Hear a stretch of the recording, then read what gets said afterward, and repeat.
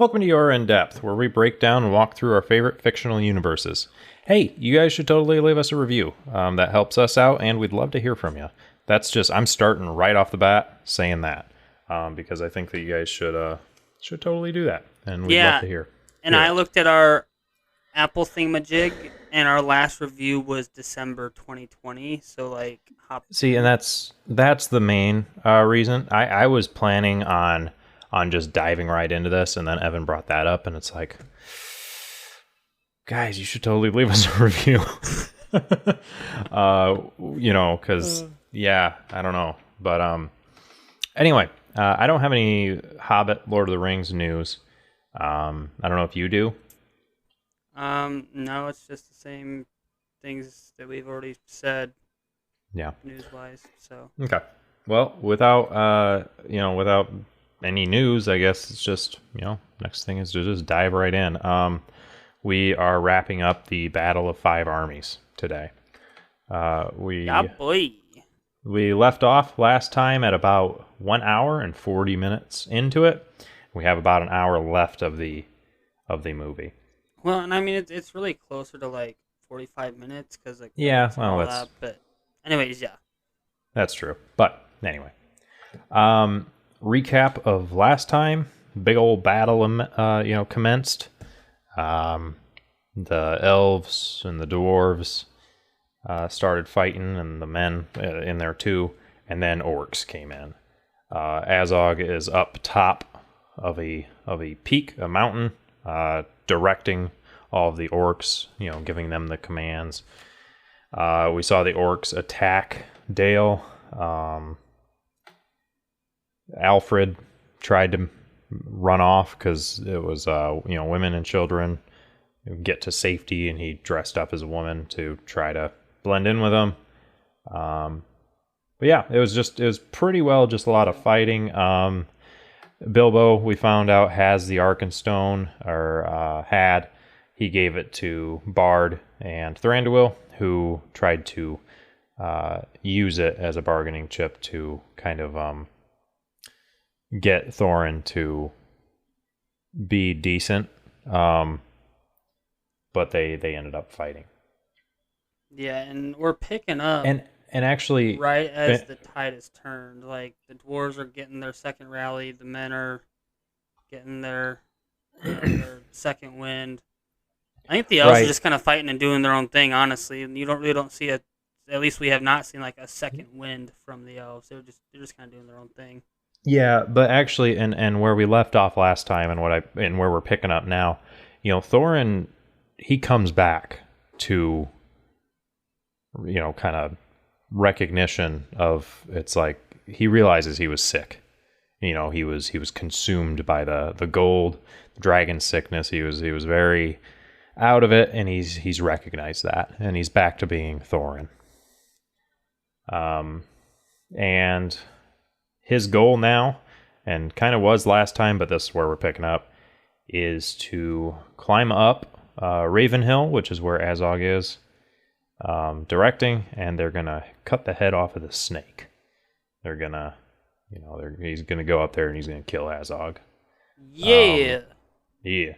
So he starts riding. He's got a couple of dwarves with him. He's got Feely and Keely and Dwalin with him. And then, they're riding the big old billy goats. Yeah. And I will say, just because of where I started, it's right as he's getting ready to leave as well. Mm-hmm. And Dane, he's talking to Dane, the whole cut the head off the snake thing. Yeah. And Dane is even like you can't go. You're our king. You are the king of all dwarves. We need you here. You can't just go off and die. Yeah, because he's like, you are our king. You can't go do that. And he replies with, "I am your king. That's why I must do this." He has to stand up for them, and he has to do what he can to. Yeah, and actually we get to see too, and because in the theatric version, right, it goes from this scene right here where Dane is like, "You can't go. You're our king," straight to you seeing um, Thorin, Fili, Kili, and Dwalin on like the goats, like going up the hill. But here, Hmm. this extended scene, we actually see that Fili and Kili and Dwalin are all on this wagon pulled by like 6 of these goats Yeah, and actually, with Balin. right. And I was gonna say because he's on there too, Yeah, and and they're they're just essentially like leading the way for Thorin. mm-hmm. They are like trampling over orcs. Yeah, They've got and this Gatling gun, arrow, like a crossbow Gatling gun, yeah, and they're just and unloading.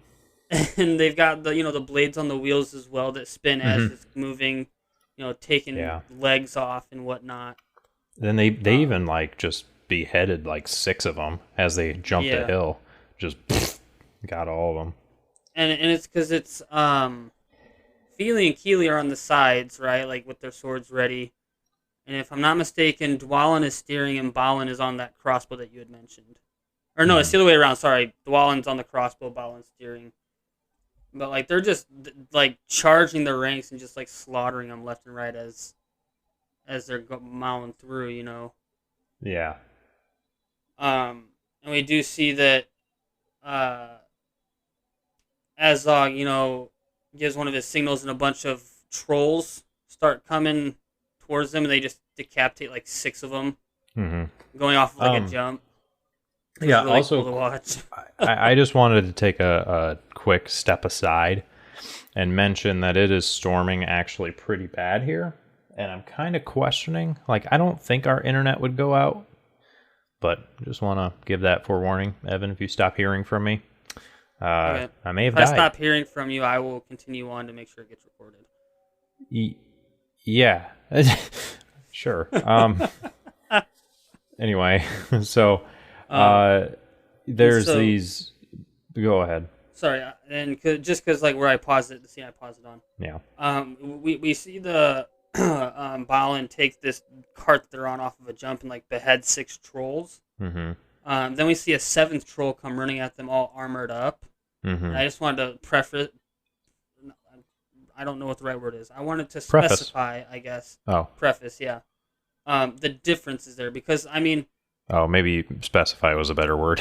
Yeah, specify. Okay. Because the 6 that we see that the cart literally just decapitates with those blades on the wheels are like they're just like mountain trolls. They're just your run of the mill trolls. And the 7th one that we're seeing that is all armored up, like it is armored head to toe and has giant like blades attached to its wrists for weapons. Yeah. And it is specifically like a Gundabad attack troll. Okay. And so it's like they're all trolls, but it's like it's a different race of troll, essentially. Gotcha. Okay. Just for like the specification here, because they do look drastically different if you were to put them side by side and just without any armor or anything like that, like their face, the build of them, like they do look like 100% different. Like it'd be like your only thing would be like, oh yeah, they're both trolls, but they look completely different. Like they're different things. Yeah. So that Okay. I just wanted to specify that since we were literally at that point. But yeah, it starts chasing them. That what you were just talking about. Mm-hmm.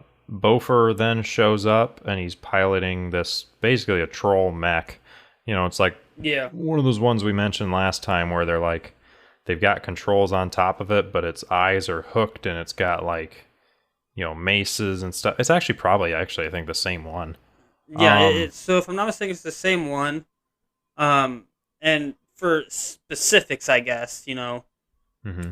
for feet it has maces, and then for hands it has flails.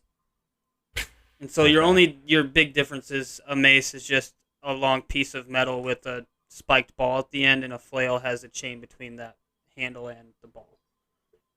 Okay. For any that are like me and are like, no, you gotta call it by the right thing.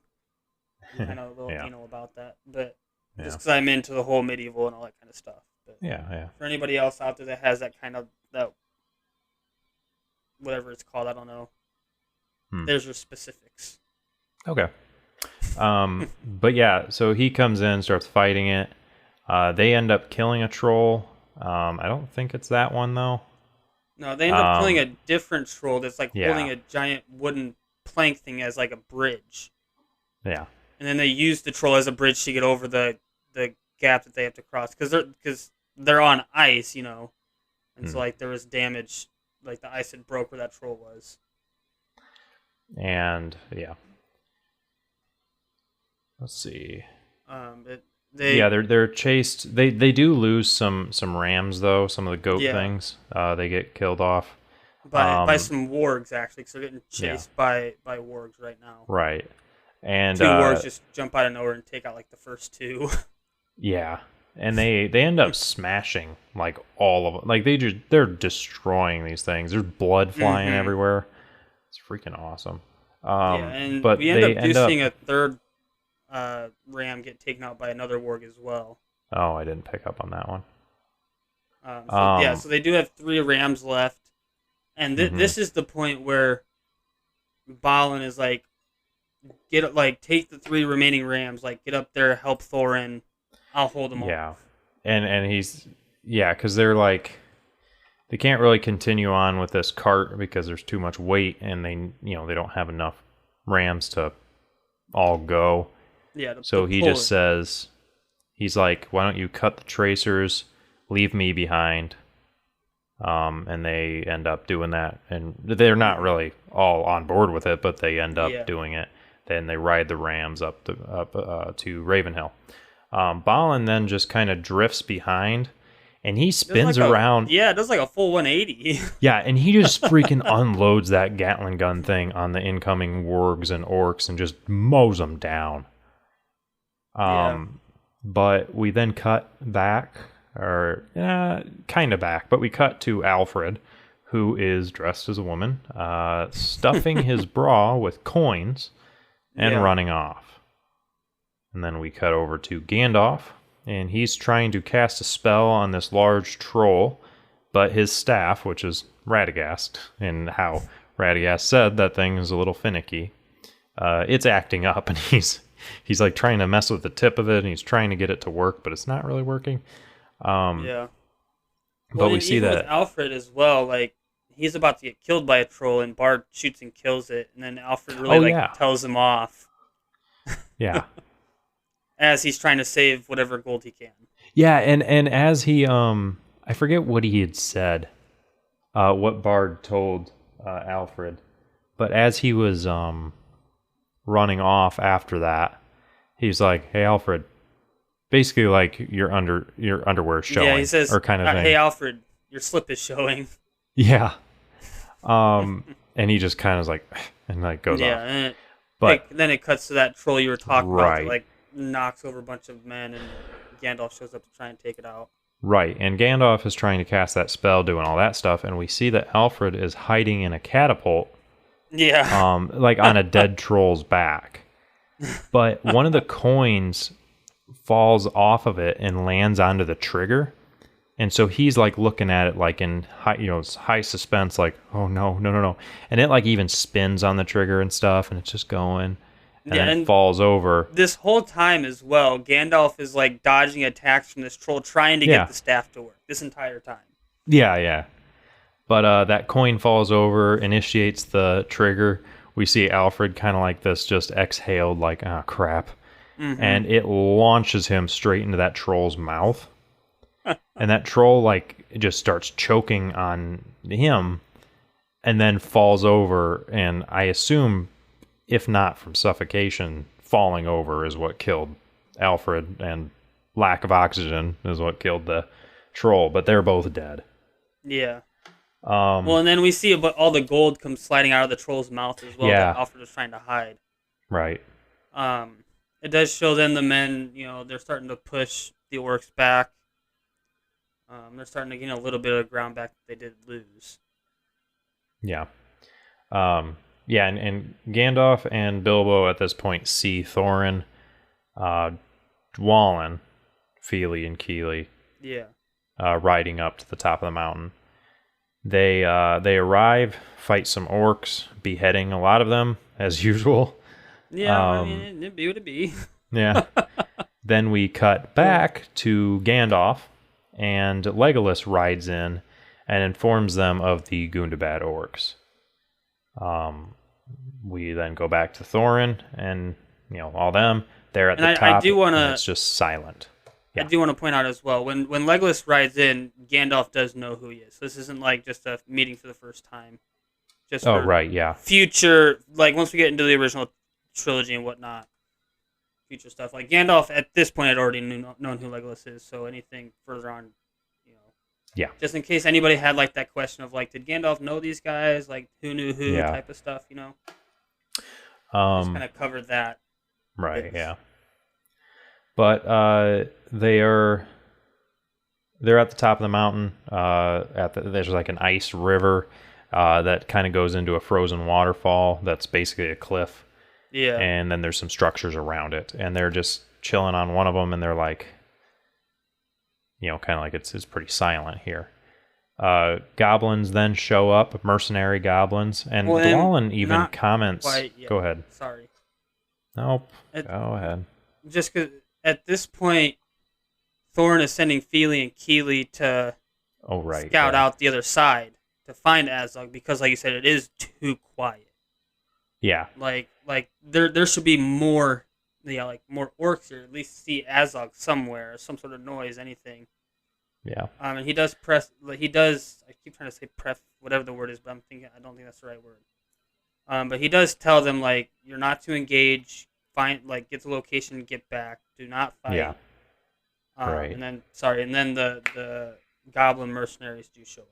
Right, and they come in, and I like how easily Dwalin kind of handles it. He's like, "There's no more than 100." Kind of like, "Oh, that's easy," It's like, right. Oh my goodness, all right.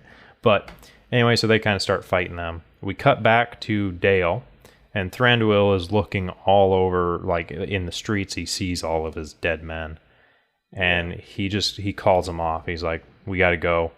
It's like it's not worth shedding any more elven blood, Yeah. And we see Bilbo saying that he will go and tell Thorin and warn him about the Gundabad orcs. And Gandalf even comments, he's like, dude, that's they will see you. That's impossible. And then he's like, no, they won't. I can assure that. And Gandalf even tries to get Thranduil to send some elves up there to warn him. Yeah. And Thranduil's like, nope, not happening. Yeah, that's kind of when we were at the point where he's like, I'm not shedding any more blood. It's like, there was that exchange there. But anyway, Bilbo takes off, goes around the corner, puts on the ring, and goes all invisible and heading up the mountain. We then cut to Tauriel, and she is telling Thranduil that they must fight with the dwarves. We must help them. There's kind of an exchange there that's kind of like him threatening to kill her, but also then Legolas saving her. But then Thranduil even kind of makes a comment because Tauriel says the dwarves will die, and Thranduil, I think in his arrogance, mm-hmm. He's just like, yeah, they'll die today, tomorrow, 1 year from now, 100 years from then. It's what does it matter when they die? They're going to die because they're mortal. Yeah, and just that arrogant, smug kind of reaction to it. Yeah. But Legolas and her go off and head up the mountain as well. Then we cut to Bofur, Bomber, and what was the guy with the axe in his head? Oh gosh, I'm drawing a blank now.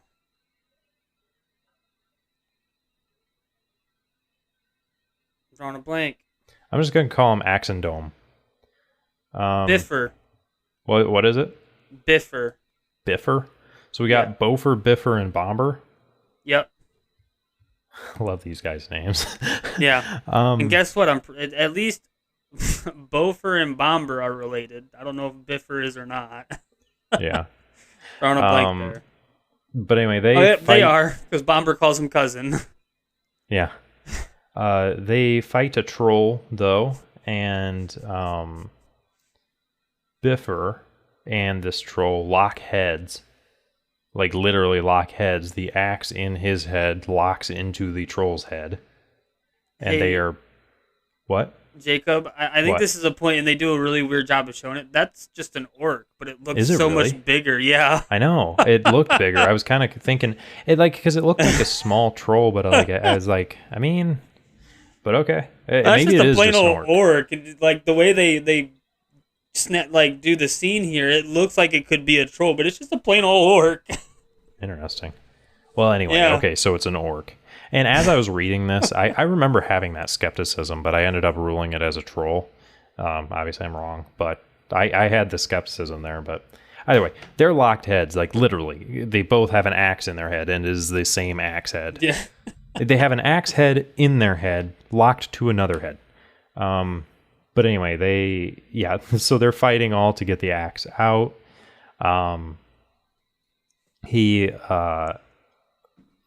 Is it yet that this kind of comes in? Yeah, it is. Yeah, because they knocked the orc off of like a small drop. Yeah, because Bofer is holding... No, Bofer, Bomber, those guys are holding... Bofer and Bomber are holding Biffer. Yeah.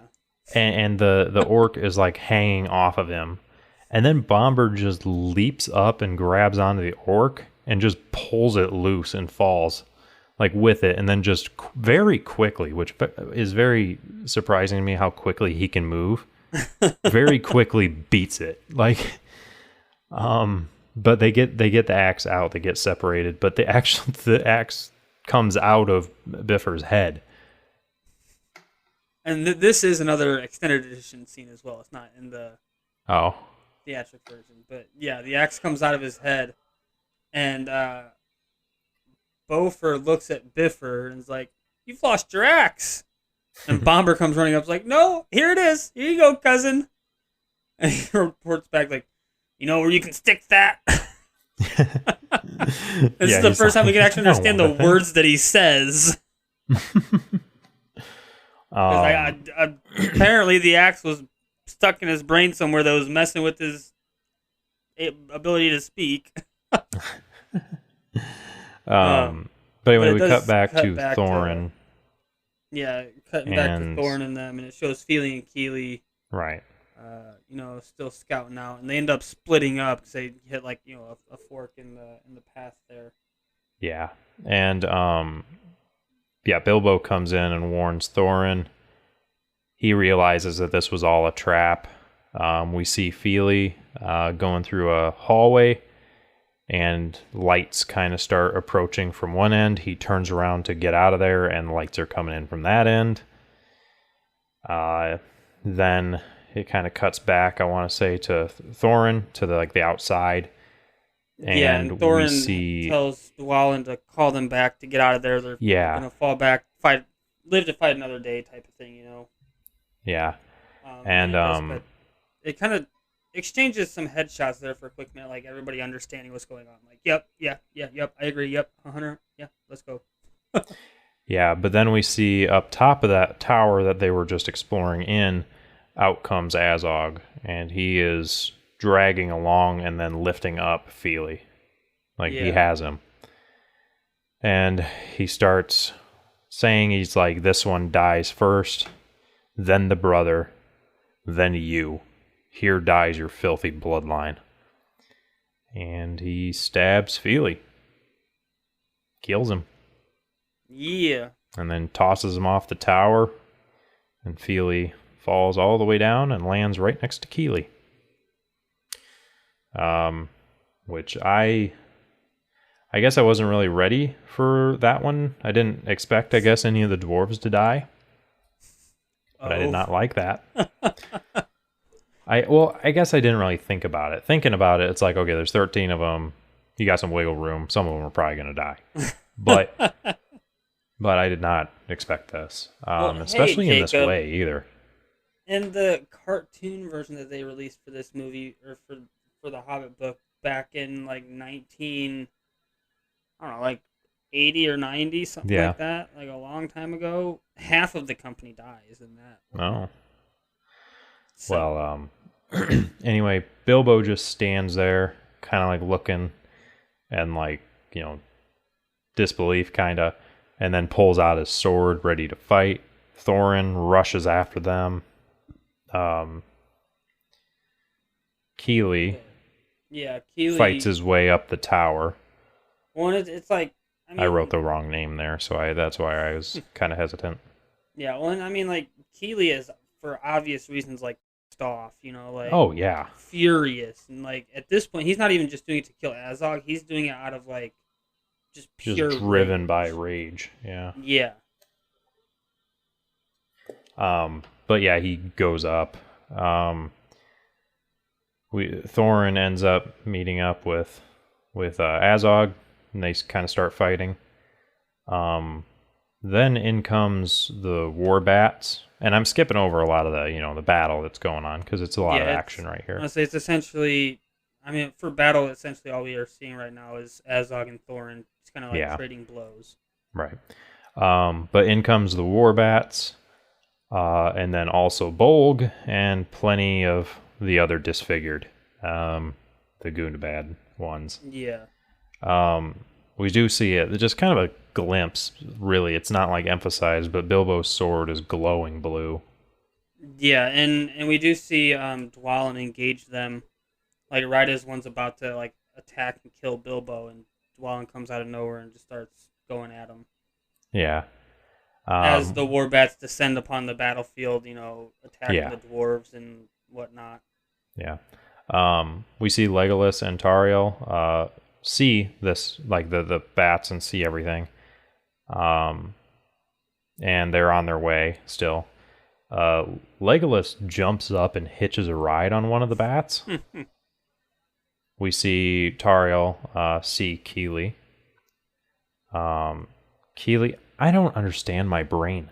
I'm going back and forth in my notes between Feely and Keely because I think what had happened is I kept calling Keely Feely.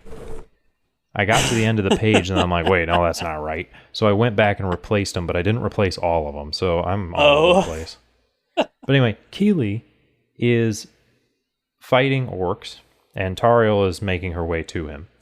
That warbat drags Legolas along, and he just along this huge line of orcs, and Legolas just beheads, I think, almost all of them. Like he goes ham. He like kills every single one of them, and there's easily like 100, 150 there. Yeah, and it does kind of jump between some of the different characters at this point as well. Mm-hmm. And so I just assume all this stuff is happening at the same time, instead of like actual like this happened, then this event happened, then this event, like that happened. Right. It's all just happening at the same time. So like during all that, we do see, Bilbo grab some rocks and start throwing them at the orcs that Dwalin is fighting. Right. We see Keely, progressing up the ruined tower, cutting through some orcs. Right, and then we do see also Bolg ride in. I think it's Bolg. And very aggressively just knock Bilbo the heck out. Yeah, it is Bolg. And so in the book, at that point, it doesn't give a specific orc that does knock him out, but it does say that Bilbo gets knocked out. Yeah. And so a lot of the battle in the book is actually like it ends right there, and then the next part just is Bilbo waking up and then like because it's from the perspective of Bilbo. Yeah, so in the book, it's, Bilbo gets hit, he goes unconscious and wakes up, and then Gandalf is kind of talking to him, and he's kind of getting the report of, like, what happened, and it's when he learns about who died and all that kind of stuff. All the stuff that's unfolding right now. Yeah, and so, like, in the book, it doesn't say Bilbo gets knocked out and then gets told about these events at a later point. It's Bilbo gets knocked out, he wakes up after the battle, and Gandalf just gives him, like, the patch notes for it, essentially. But yeah, then we see Legolas shoot his bat in the head, and as it falls, he jumps off and lands on top of a tower. Then go ahead. My question though is because like he's hanging onto that bat upside down at this point. Mm-hmm. Like, is he just like clutching that one leg of the bats with both of his legs to hold on, or like how is he holding on? I want to know. Maybe it's holding on to him. But, like, that's really a lack of security there. Yeah. I don't know. Because at any point, you can just drop him. Yeah, I don't know. But, yeah, Legolas is up on that tower. It cuts back to Thorin, who is fighting Azog still, and he ends up killing a couple other orcs that show up. Yeah. And then we do see Legolas actually helping Thorin here, firing arrows from his tower that he's on, helping Thorin out. Yeah. We see Tauriel shout for Keely, and then gets attacked by Bolg. Keely attacks Bolg, and there's this fight going back on and stuff. Bolg ends up beating the heck out of him, picking him up, and starting to drive his weapon down into Keely's chest. Tauriel jumps and tries to attack Bolg, but she gets thrown off, and then Bolg does just that and stabs Keely into the chest. Yeah. Keely looks over and makes eye contact with Tauriel, and then dies. One last time. Yeah, this one was not fun, too. I've told this multiple times, especially to our buddy, who's really into all the cringy stuff. I have that, whenever I see a character, I put myself, it's more of this empathetic viewing, right? I put myself in the story, try to understand what they're feeling and all this stuff, And same with secondhand embarrassment. I get that a lot, so I cannot watch cringy stuff. It's like when you and I were in Ohio and we're watching that stupid Room movie. Yeah. It's just unbearable for me. But similarly, I take on trying to feel what they feel and thinking how they would be thinking. And so in this, I'm just dying inside. I hate this. Well, if it makes you feel better, Jacob, in the books, Tauriel's not even a character, and so this whole thing here doesn't happen. I haven't read the books, Evan. I'm seeing her face. Anyway, so she starts crying. She then fights Bolg and ends up throwing both of them off of the mountain onto a thing down below. We don't see that quite yet, but actually we do. She lands on that. They kind of roll down. We see Bolg getting up and approaching her. Legolas is up on top of his tower. He sees this, and he goes to shoot Bolg, but he's out of arrows. And at this point, too, there is one of those weird trolls down there at the base of his tower with the flails for hands and maces for feet, attacking his tower. Right. And Legolas just jumps down with his sword and stabs him in the head, and essentially uses it to break the tower down all the way to give him a bridge across to reach Tauriel. Right. And, he runs at Bolg. They start fighting on this makeshift bridge. We also see Thorin fighting off some orcs. He throws one of them. At this point, it is going to cut back and forth between Legolas and Bolg, and then Thorin and Azog. Yes. So, apologies if it does start to get a little confusing here. Yeah. Well, it's pretty well every other line at this point, but Thorin's fighting off some orcs. He throws one of them down onto that bridge. Which then begins to collapse a little bit. While that's happening, Legolas chucks, or as I wrote, chucks his sword. I need to... And I don't know if you noticed, Jacob, but the sword that Legolas is using right there is the same one that he took from Thorin in the second movie. Oh, I did not... Yeah. It looked familiar, but I did not actually piece that together. Yeah, it's the same sword. Legolas has been using it this whole time. Yeah, but he chuches his sword at one of them that's about to kill Thorin, and it impales it. And as it falls off the cliff, Thorin grabs the sword and keeps a hold of it as the thing falls off of it. And at this point, Legolas is fighting Bolg with his twin daggers, as Thorin is fighting Azog with his sword. I think it's Glamdrung is the name of that sword. But behind Azog, we see that army of Gundabad orcs. It's massive. But we see that, and then they continue to fight. We go back to Legolas, and he's pulling some next-gen Matrix Ninja Warrior stuff with falling bricks. He as they're falling, he's pushing off of them because that would totally work. Only to he jumps up, attacks Bolg, and like zips himself like around Bolg and drives his dagger into the top of his head. Yeah. And at this point, between Azog and Thorin as Well, well. actually, I'm going to pull an Evan on you and say, hold on. Because did you notice the detail when after Legolas stabs Bolg in the top of the head and then lets him fall? We see Bolg fall all the way down, smack the ground, and then a huge chunk of brick smash him. Oh, Chaman. I loved seeing that because I hated that character. I hate all these orcs. But, yeah. Anyway, go ahead. So, at this point, obviously the fight between Legolas and Bolg is done. Bolg is dead. Yeah. But Thorin is still fighting Azog, and at this point, Azog isn't even really using a blade or anything. He's using a giant piece of rock attached to a chain. Yeah, makeshift flail. Makeshift flail, and he's, swinging it at Thorin, breaking it, putting cracks in the ice and whatnot. Mm-hmm. And really making really affecting their little battlefield they got here, making them think about it and whatnot. Legolas is looking for Tauriel at this point. She's trying to find it, or he's trying to find her. Yeah. But we do see the little piece of ice that Azog and Thorin are fighting on is broken off from the rest. It's a little island there now.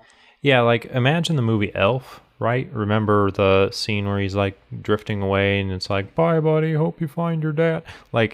The thing that Buddy is on, it's honestly about that size, chunk of ice.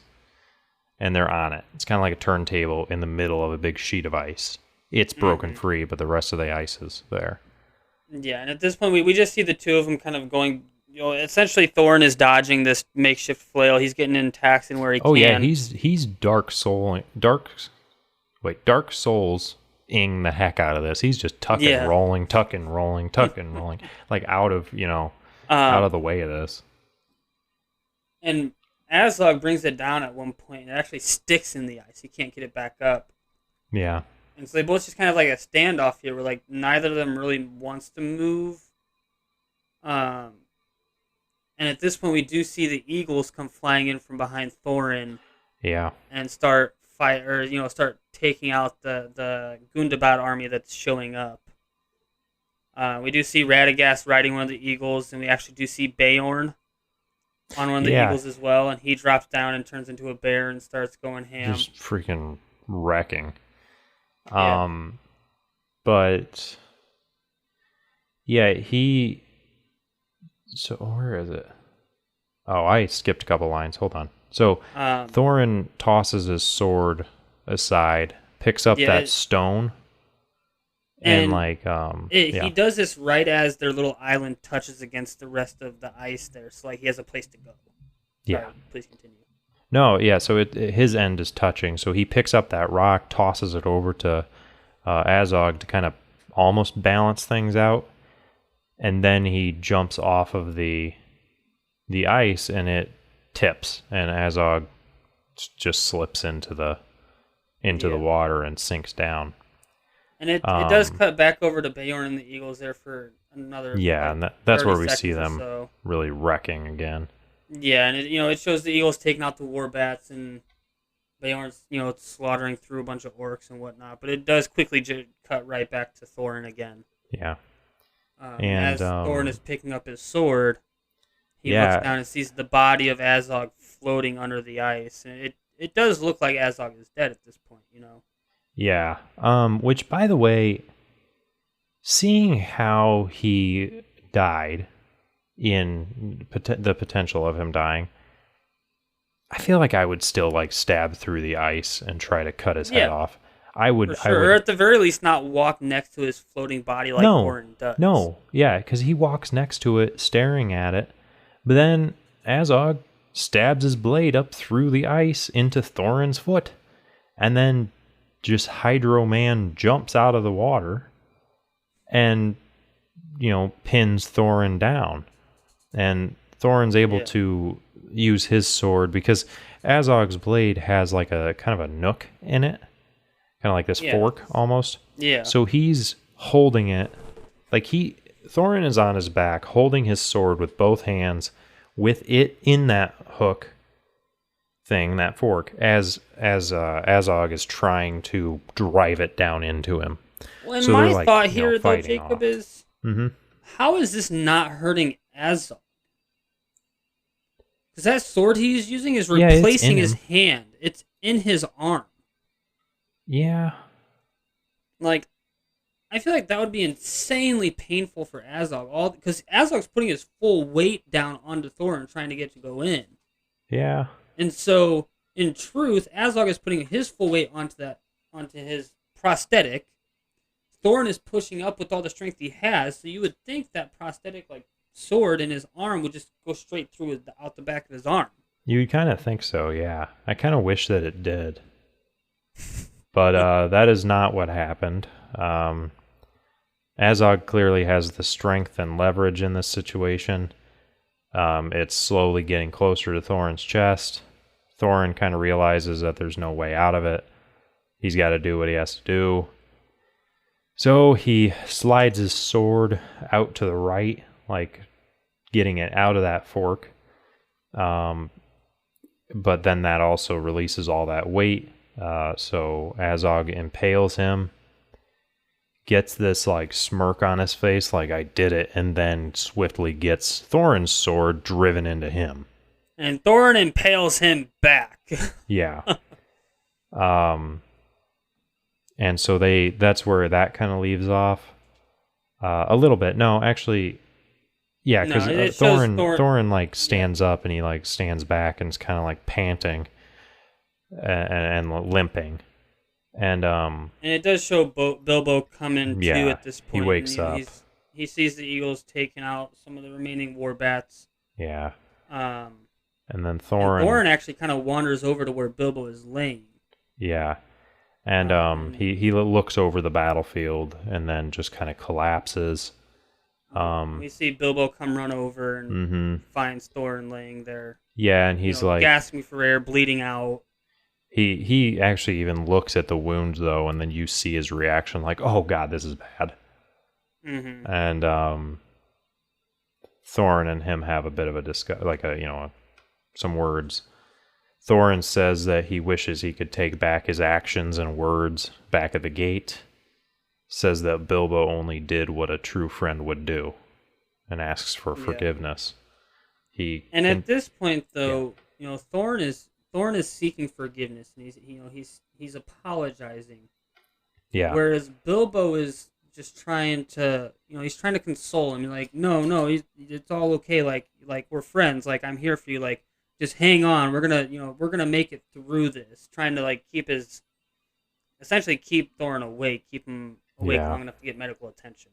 Yeah, which. Yeah, so, and I mean this whole time, everything that Thorin says is all apologetic and right. Asking for forgiveness and all that kind of stuff. Yeah, he apologizes greatly. He's continually I'm so sorry for how I acted. How I was consumed. And Bilbo replies that fighting with him and being in his perils is far more than any Baggins has deserved. Thorin says goodbye, tells Bilbo to go back to his books, his armchair, to plant his trees and to watch them grow. If more people valued home above gold, then this world would be a merrier place. And that was his last words, because then he exhales, dies. Yeah, and I mean, at this point, too, Bilbo is kind of, in denial, is no, Thorin, no, Thorin, the eagles, they're right there, Thorin, come on, wake up, and then he finally, he just starts comes crying. to terms with it, and, sits back. We then we see Tauriel, who is doing the same. She's very sad. She gives Keeley back that stone that he gave her. She's cradling his dead body. Thranduil approaches, sees Tauriel and Legolas. Legolas says to Thranduil that he cannot go back. Why do I have that written? What?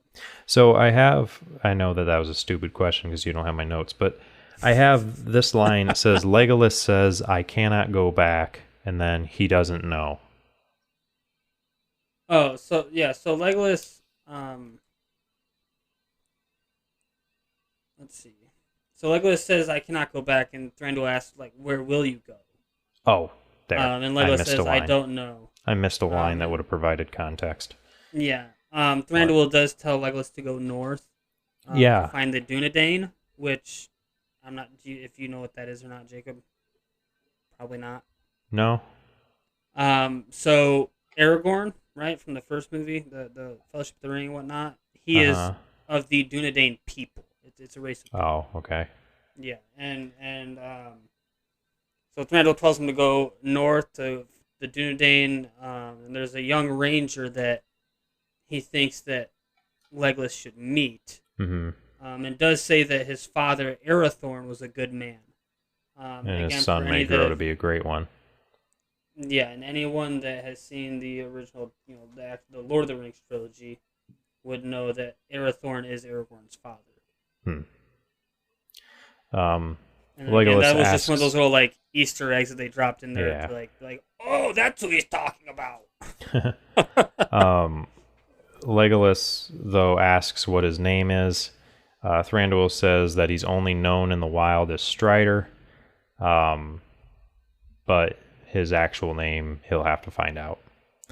Yeah. Thranduil then tells Legolas that Legolas's mother loved him more than anyone, more than life itself.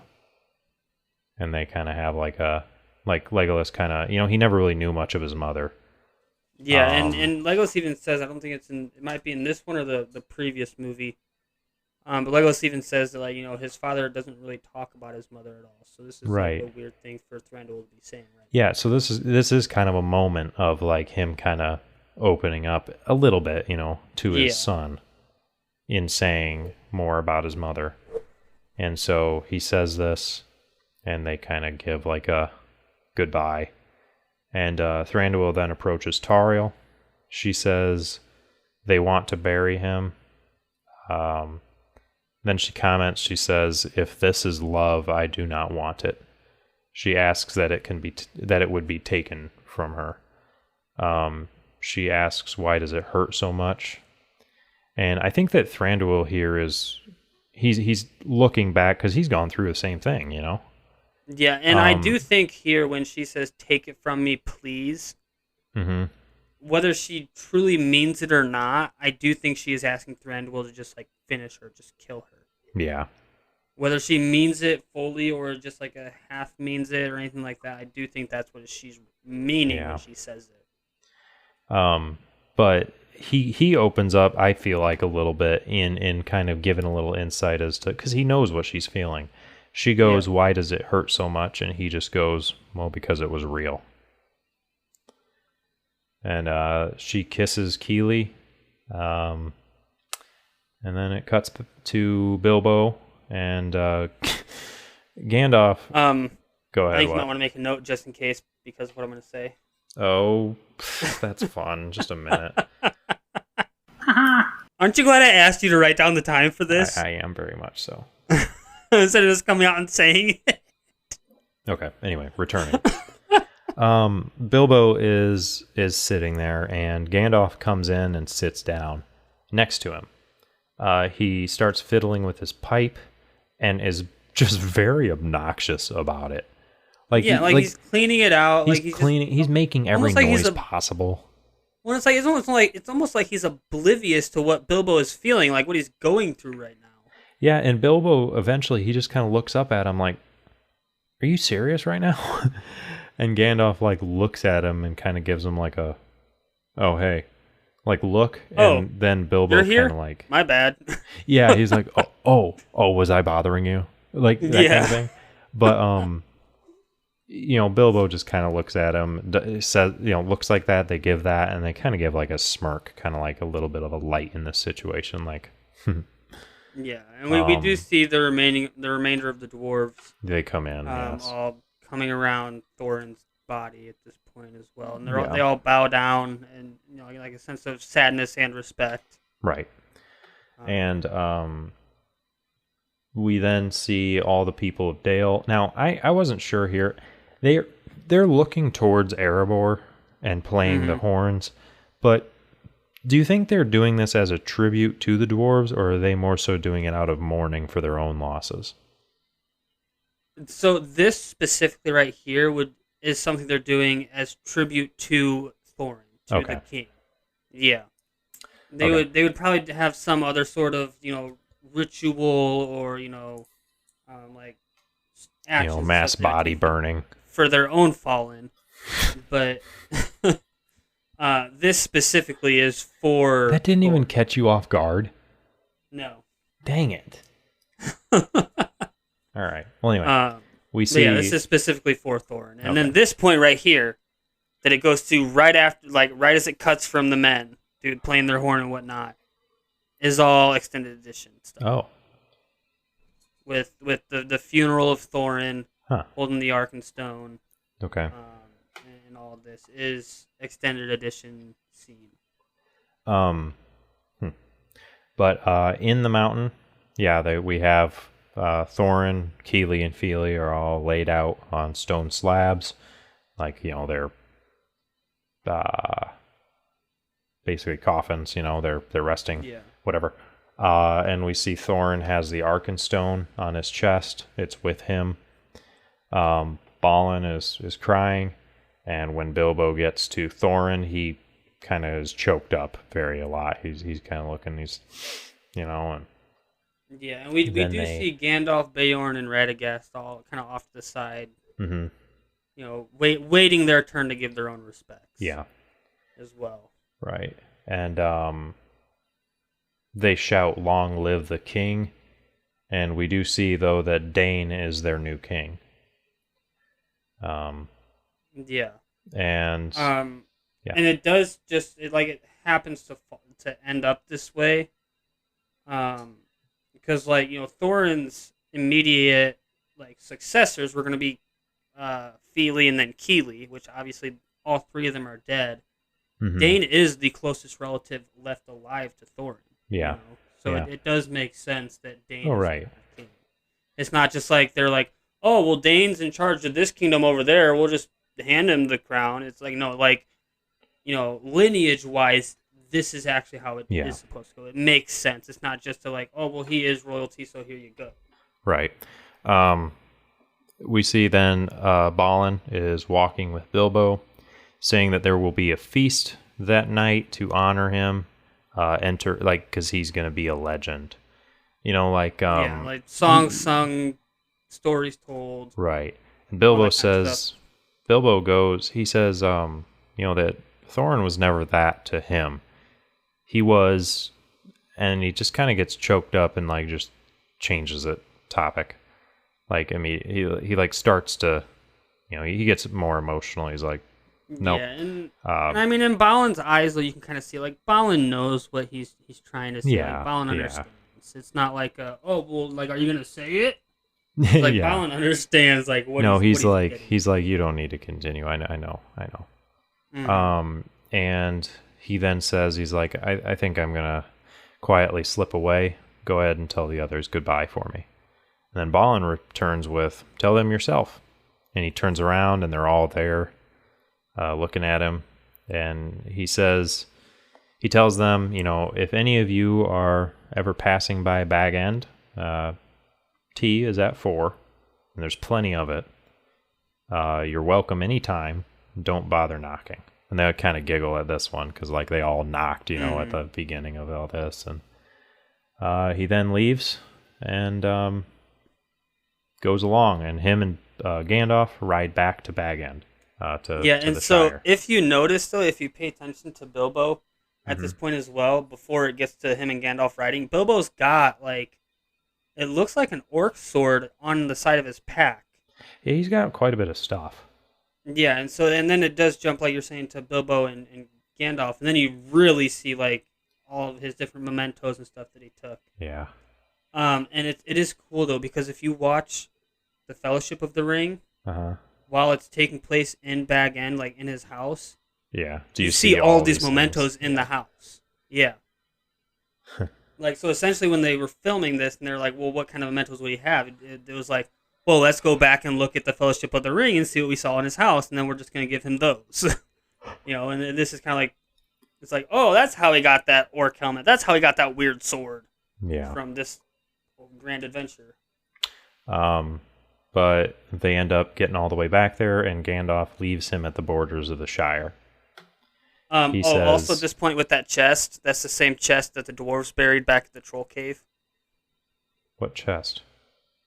So back when Bilbo got Sting and Gandalf and Thorin got those two swords. Yeah. At one point, two of the dwarves are stuffing gold into a chest that were in that cave, and they're burying it in the cave. Oh. And one of them and Dwalin looks down at him and like kind of glowers at him, and they're like, we're making a deposit. Yeah. Yeah, he's holding that. He's carrying it. Yeah, now. Bilbo and Gandalf had stopped at that cave and grabbed that chest for Bilbo. Yeah. But Gandalf leaves him there, and Bilbo says, it's a shame that you can't come further. He liked having a wizard around because they bring luck. And Gandalf replies with, you don't suppose like all that was luck, right? And then he comments, he's like, magic rings should not be used lightly, Bilbo. Like, dude, I know you've got it. He's like, don't take me for a fool. I know you found one in the Goblin Tunnels. Like, he's like, I've been watching you ever since. I've been looking out for you ever since. Yeah, and then Bilbo just kind of goes, well, thank goodness. Like, that you've been watching after me. And as Bilbo's walking away, he kind of awkwardly, he's just like, and you don't need to worry about that ring, by the way. I lost it. But Gandalf says, I'm very fond of you, but you're a little fellow in a wide world after all, or something kind of along those lines. Yeah. Gandalf kind of gives him an odd look as he walks off, kind of like, Kind of like, I don't really... Do I really believe him that he lost it? Yeah, he's kind of like, still have it? No. But Bilbo approaches into the Shire. As he's going along to his home, he sees all other hobbits are walking along with his stuff because he was presumed dead, and they auctioned it all off. They auctioned off his estate, basically. And he comes in to a relative, and that which is because of how he addresses her, but she's like, who are you? And he replies with, you know who I am, and those are my spoons. And he takes them. Marches on. Apparently it has been more than 13 months since he's just up and left the Shire. Yeah. Been a hot minute. Yeah, it's been a bit. The auctioneer asks Bilbo for identification. So he pulls out the contract. He's like, this is a legal contract binding me to employment as a... Well, never mind about as what, but yeah. He gives it to him, and they agree that works as an ID. He's like, but who is this person that you pledged your service to? Thorin Oakenshield. And Bilbo just kind of like pauses and looks kind of like sad again, and he's just like, well, he was my friend. And he then enters into his home, which is empty and barren. It looks like it's been ransacked, and like burglars came in and took everything. Like they frantically took everything, like, and auctioned it. But he starts looking through all of his stuff and rearranging it, decorating, cleaning up. He then kind of is like, he's very hesitant, but he's like touching his pocket a lot. And finally, he pulls out that ring and takes a look at it. But as we get a good look of the ring, we see that the hand is much, much more aged. And when it zooms out and cuts to seeing Bilbo, it's now back to being old Bilbo. And there's a knock at the door. He shouts, no thank you, no more visitors, well-wishers, or distant relations. Then we hear Gandalf's voice. What about very old friends? Bilbo looks very excited. And very, like, he smiles, and he's almost like jumpy, like giddy. And he gets up and walks over to the door, and the camera pans over and looks at a drawn map that Bilbo has drawn. That's of his adventures. We see the Lonely Mountain, all these different areas. That's just so you know, Jacob. That's not a drawn map. That is the map that Thorin had. Oh, it was. Yeah, Okay. and it's got the text on the side there for like the whole when the thrush knocks thing and all that. Okay. That's the map. I didn't realize that it was the map. I thought because he wrote the his adventures. He wrote it. I thought he just drew. I was dumb. I didn't really realize that. But as it's looking at that map, the credits roll, and that's the end of The Hobbit. Yeah, and that scene right there with the and Gandalf knocking on the door right there at the end. It is kind of, for me, it's weird seeing it from this side, because in the Fellowship of the Ring, you see it from Gandalf's side. Well, but is it the start of the movie? Is it the same scene though? Because Frodo's nowhere, No, it's the same scene. Okay. It's the same event. It's just one is happening here at the end of this movie from Bilbo's side. At the beginning of the Fellowship, it happens from Gandalf's side. Gotcha. And when you watch the Fellowship of the Ring, you realize that Frodo, there's a reason Frodo's not in the house. Yeah, I kind of remember a bit of this now, but I will be reminded of it for sure next episode. This actually, not next episode because that'll be Star Wars, but this actually ends our Hobbit in-depth, and next time we'll start our Lord of the Rings in-depth, because now it's the distinction between the two. So the Hobbit is done. That is the first series that we've made it through. Technically, we're not all the way done because but technically, because it's The Hobbit versus Lord of the Rings, that's our first conclusion of a series. In a way, I don't really consider it that way just because there's more. but once we finish the Lord of the Rings trilogy, I will have considered, because I'm just considering this our Middle Earth series. Right, yeah, exactly. So, technically, it's the end of one, but not really.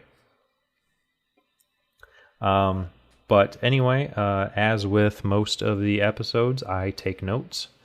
If you guys want to have access to those, see all of my misspellings and poor references and stupidity, that is on the Discord. I upload those on the supporting documents channel. Other than that, that's a perfect place to have some conversation, contact us, just kind of chat with people, which that one's not as lively anymore, but I would really love to see it, start up. Yeah. So one thing I wanted to mention as well before we get into the rest of our conclusion here as well. Okay. Yeah. If you sit there and listen to the song being sung during the credits of this one as well, it is actually the actor that plays Pippin in the Lord of the Rings trilogy. He's actually the guy singing. That's interesting. During the credits, yeah. Huh. I know that's a cool little thing they did there. It's the actual actor singing this song for the end credits of this movie. Yeah, that song I didn't listen to much of because I kind of felt sad. So yeah, understandably. But anyway, yeah. So that's interesting. I didn't realize that. Of course, I guess I wouldn't have known that. But I'm surprised with all the different Facebook pages and Instagram things I follow. That I wouldn't have seen that, but yeah. Anyway, go ahead. No, you go ahead. I'm trying to. I was just continuing on with our wrapping up. So what did you continue because I'm lost of where we are? Cool. I mentioned the Discord. Now I'm going to say that if you guys want to get in touch with us other than the Discord, that's a great method of doing it. But you can also email us at yourindept@gmail.com. You can also leave a review, and I would highly encourage that. Evan will get to our goals here in a second, but please leave us a review. There is a goal for that, but lets us know what you think and helps push us out there.